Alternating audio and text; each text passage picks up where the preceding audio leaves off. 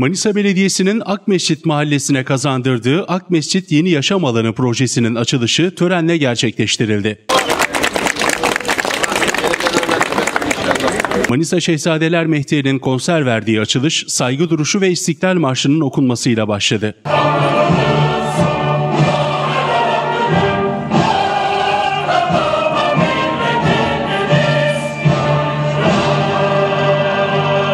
Törenin açılış konuşmasını yapan Manisa Belediye Başkanı Cengiz Ergün şunları söyledi.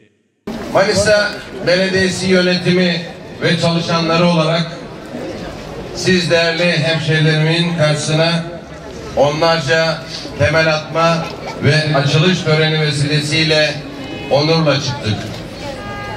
Her geçen gün artan Manisa'ya hizmet aşkımızı sizlerle paylaşıyor olmaktan şeref duyuyoruz. Manisa Belediyesi'nin 5 sene önceki işler acısı durumunu başkan yardımcılarım, daire müdürlerim ve bütün personelim ile aşarak çok şükür Rabbime bugünlere geldik. Büyük mücadeleler vererek atlattığımız o sıkıntılı günlerin ardından yüce Rabbimin izniyle bugün çok şükür refah içerisinde her yıl bütçe gerçekleşmesinde rekor üstüne rekor kıran ve gününde ödenmemiş bir kuruş borcu olmayan bir belediye haline geldik. Göreve başladığımız ilk 15 aylık sürede bütçede gerçekleştirdiğimiz iyileştirmelerin ardından hemen hizmete başladık. 57 mahallenin tamamına, bütün sokaklarına dokunduk. Kimi mahallenin yollarını düzelttik, kimi mahallenin altyapı sorunlarını, yağmur sularını, kanalizasyonlarını düzenledik. Kimi mahalleyi sosyal alanlarla donattık. Derneğimiz biz göreve başladığımızda perişan bir haldeydi.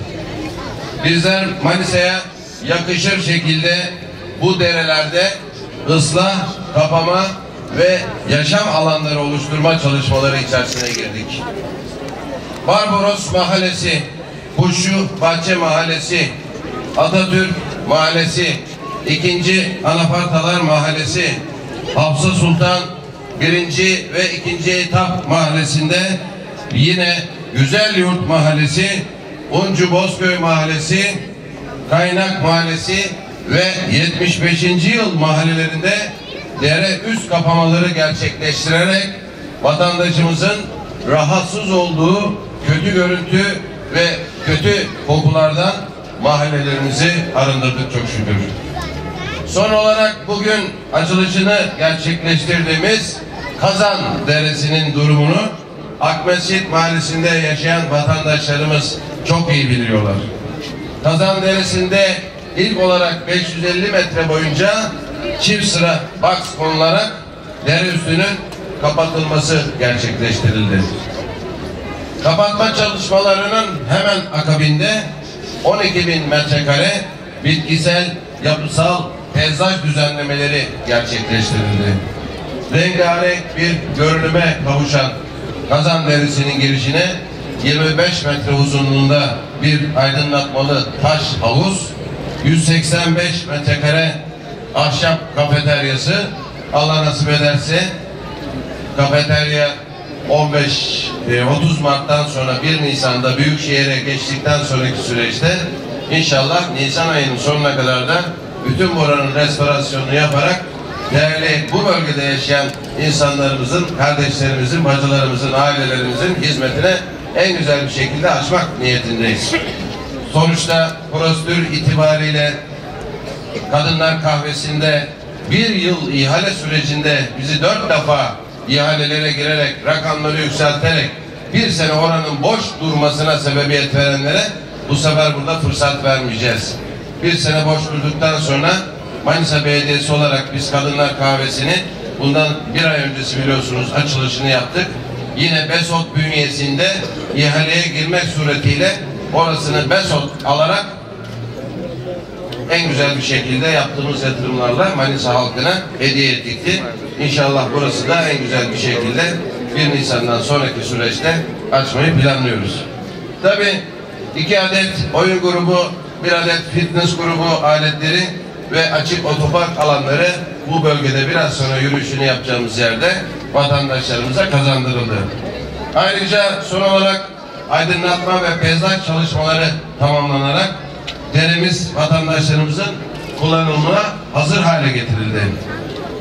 Demin söylendiği ifade edildi. Yapımı 1.151.000 artı KDV'ye mal olan Akmescit Yeni Yaşam alanımızı siz değerli vatandaşlarımızla birlikte Manisa'ya kazandırmanın gururunu yaşıyoruz. Değerli hemşehrilerim, biz göreve geldiğimizden bu yana sadece hizmet verdik. Laf değil, iş ürettik. Bizler Manisa aşığıyız. Manisa'nın birer evlatlarıyız. O yüzden Manisa'nın ilerlemesini ve güzelleşmesi için elimizden gelenin fazlasını yapmaya çalışıyoruz. Vatandaşlarımızın çağdaş ve sorunsuz bir kentte yaşamasını istiyor. Bu doğrultuda çalışıyor. Her şeyden önce sizlerin, insanlarımızın mutlu olmasını istiyoruz. Ancak Manisa'ya hizmet sevdamız bitmedi. Biz daha yeni başlıyoruz Allah nasip ederse. Rabbim nasip ederse 1 Nisan'dan itibaren merkeze yaptığımız hizmetleri ve daha fazlasını bütün Manisa'ya yayarak Manisa'mızı marka kent haline getireceğiz. Bu bizim boynumuzun borcudur ve bu borcu da şehrimiz için ödemek istiyoruz. Değerli konuklar,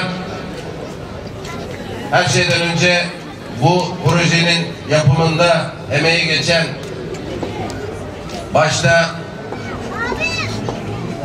2 tane başkan yardımcım, biri Azmi Açıkdil, Yunus Emre belediye başkan adayımız. Bu bölgenin şu anda Allah nasip ederse yeni dönemde belediye başkanı seçilecek. Yine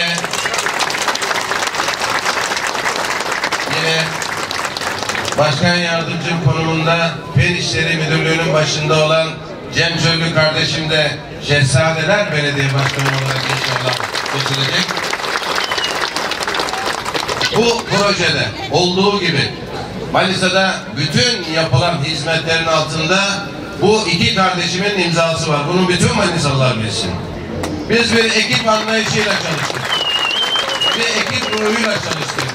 Gecemizi gündüzümüze katarak işte Manisa'da ne kadar bugün yapılan onlarca eser, yüzlerce eser varsa hepsinin altında ikisinin imzası olduğu gibi Manisa Belediyesi'nin 1230'da aldığımız belediye sayısını bugün 1900'lerin üzerine çıkan tüm çalışanlarımla, meclis üyelerimle ve daire müdürlerimle hepsininle beraber yapmanın gururunu yaşıyoruz. Hepsinden Allah bir kere daha razı olsun. Sağ olsunlar, var olsunlar. İnşallah önümüzdeki günlerde çok daha güzel açılış ve temel atma törenlerinde sizlerle beraber olmanın gururunu yaşayacağız.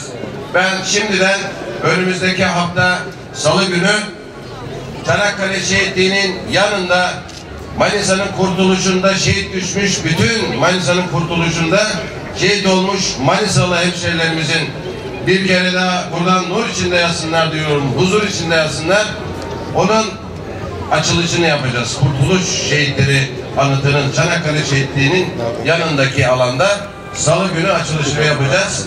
Yine Çarşamba günü Allah nasip ederse Manisa'ya tarihinde bugüne kadar en yüksek bedelle, maliyetle yapılan ototerminal ulaşım binalarını mevcut Gediz'in yan tarafındaki ototerminal binasını ve yanında da hani 2009'da söylediğimiz bir lafımız vardı, sözümüz vardı.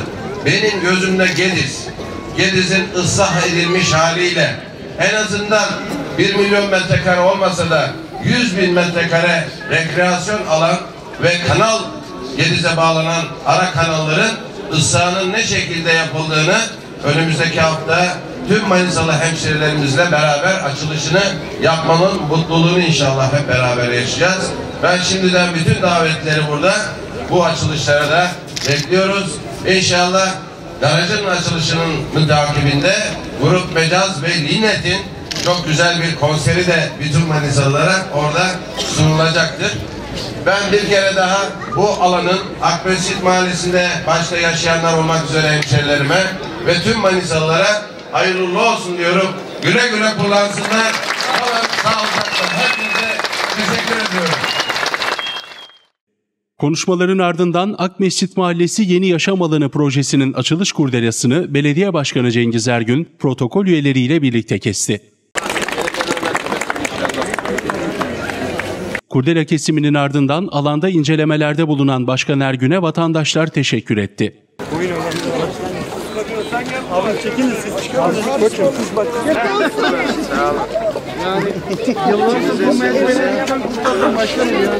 Mezbelelik durumda bulunan ve kötü bir görünümde olan dereden çok güzel bir sosyal alana kavuştuklarını belirten vatandaşlar, güzel hizmetlerin 5 yıl daha devam etmesi temennisinde bulundu.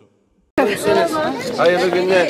Hayırlı günler. Maşallah maşallah. Gel bakalım bir. Gel bakalım. Gel.